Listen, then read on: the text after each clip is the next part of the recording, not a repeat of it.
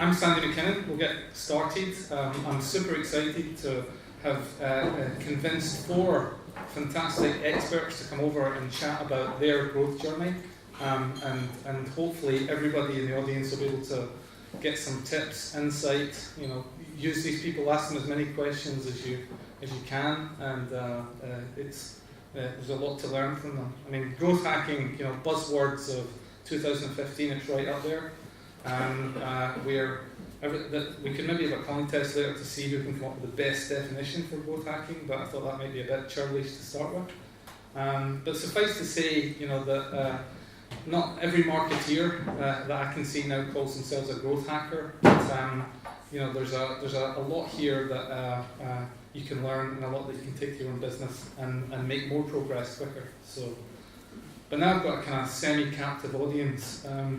I thought I would share, you know, my rule number 1, which is kind of always be closing. And any companies I'm involved with, it's, you know, sales fixes everything. And if anybody's not seen that film, you should. And if you don't know what it is, tough.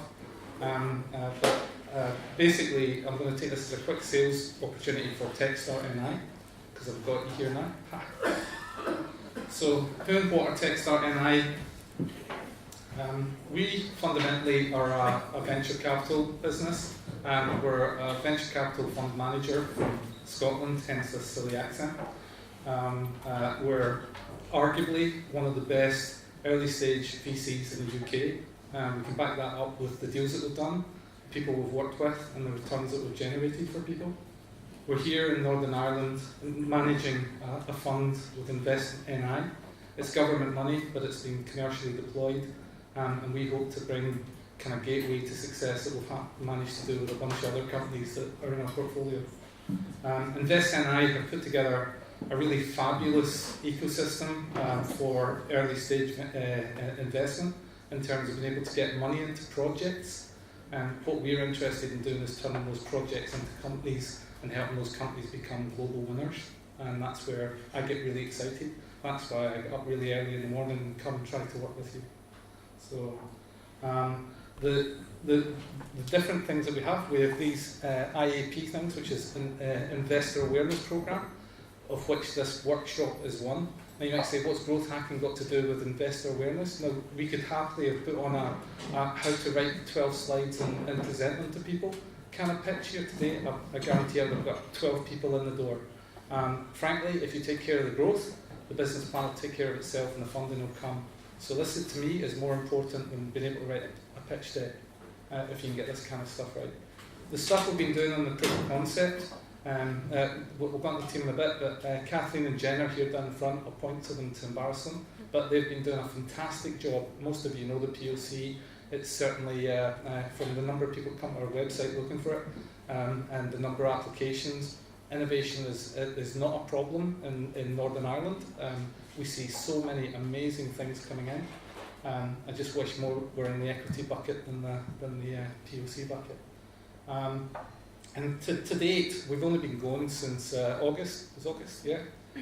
We've managed out 36 10k grants and 27 40k grants, and we've made 6 investments to date. So we've got the funds that we manage. We have a much smaller fund than we're used to. My muscle memory was writing £1 to £2 million checks. We're now writing up to 250k checks. But we're finding that we can get people that we've worked with in the past to leverage that up to more meaningful amounts of money. But that in the equity space is where, if you want, where I feel comfortable going pro. The other bits I can wing it, but that's where that's what I do as my business. That's the team. Hal Wilson, most of you probably know the people from Northern Ireland. Super excited to Jamie Andrews join us, really great. Ex kind of COO, CFO, just really, really operationally superb. He's just joined the team. And Kathleen and Jen are just superb here on the ground.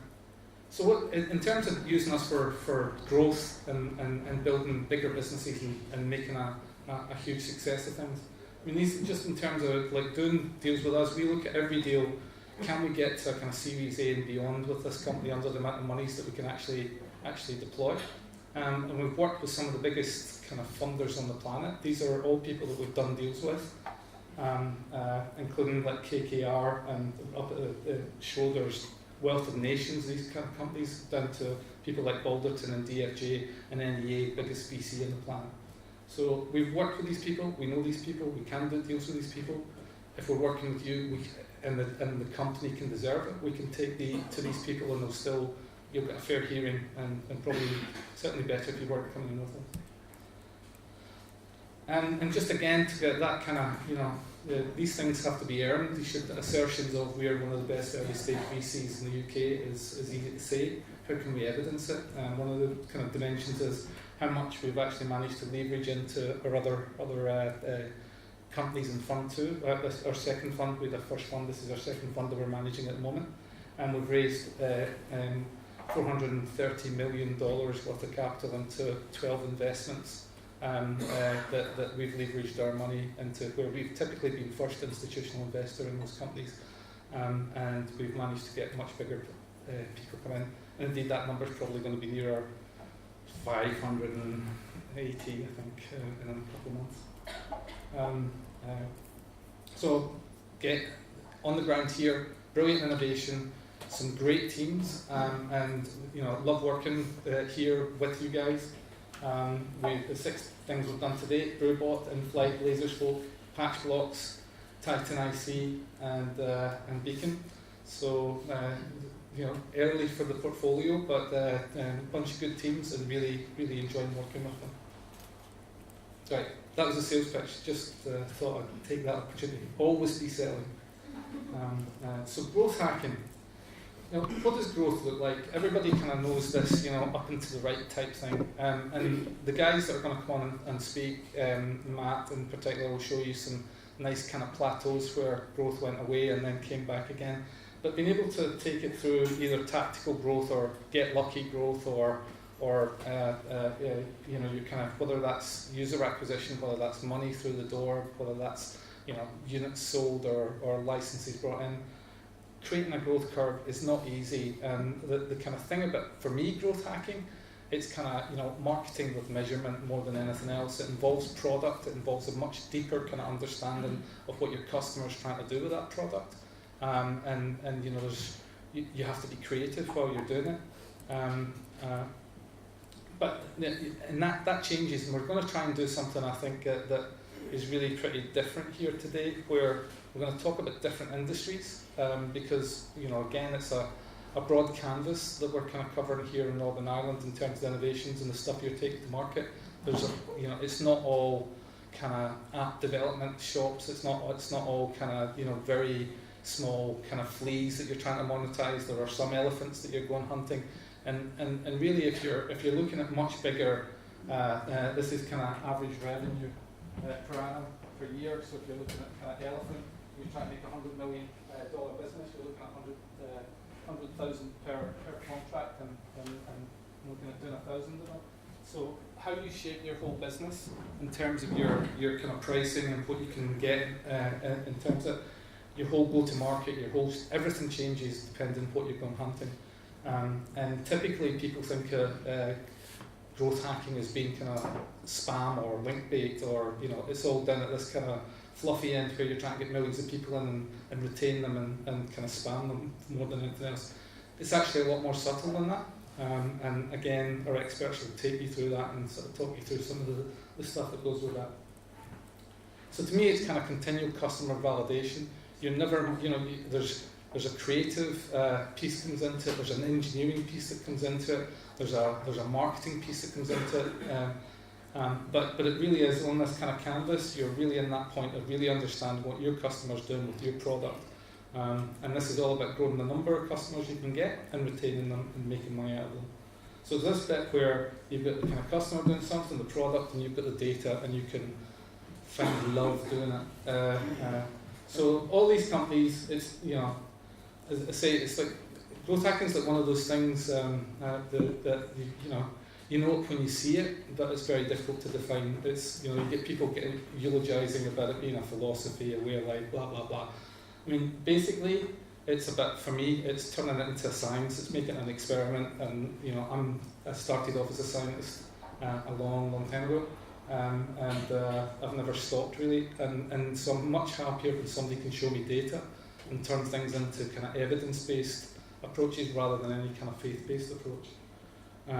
Again, I'll let the guys talk about things. There is a bit where you're trying to break the rules. So, and typically growth hackers find out about easy ways to do stuff before anybody else. So if you can find an easy way to do stuff before anybody else, you can exploit that before anybody else. And then when everybody else catches up, you need to find a new trick. So there's stuff there that you can exploit in terms of, and, you know, and things like Facebook. If Facebook's a useful channel to go at, when Facebook changes its privacy or something, there's always some kind of opportunity for some people and a problem for others. So there are no silver bullets, but to me, turning it into an experiment makes it so much easier. And as I say, if you can show that you really understand the metrics behind how you grow your business, your kind of per unit economics, which is really your business model, there'll be a whole load of investors or other people companies that want to buy you. There's a lot of stuff just becomes that much easier when you've really nailed what your kind of unit economics are. So yeah, I'm not going to go into these slides because I'm actually going to leave this for the experts to take you through the things that they've kind of worked through. But fundamentally, as I say, it is really turning it into science. You've got some kind of funnel that you're trying to take people through, whether it's a kind of standard internet kind of acquisition, activation, retention, referral, revenue, a la kind of 500 startups guy. What's his name again? Dave. But whether it's this kind of standard funnel, I mean everything. You know, at one level, you know, you could look at an enterprise selling. You know, CRM was a growth hack. You're turning it into a science. You're turning it into something you can measure. How many times did people actually hit the phones? How long did it take for the customer to move through your funnel? And the more you can instrument up, and that's where clearly the internet and apps become that much easier, because you can instrument so much, and so you can turn everything into an experiment. And at that point, you know, the kind of what ifs you can run are really very profound, as you'll see later. So yeah, all the kind of stuff you can do on your customer journey to turn it into an experiment. So it's more this mindset thing that I say, you know, data should drive everything. Remove your ego from the outcome. You know, be agnostic over the method, and be analytical and test everything.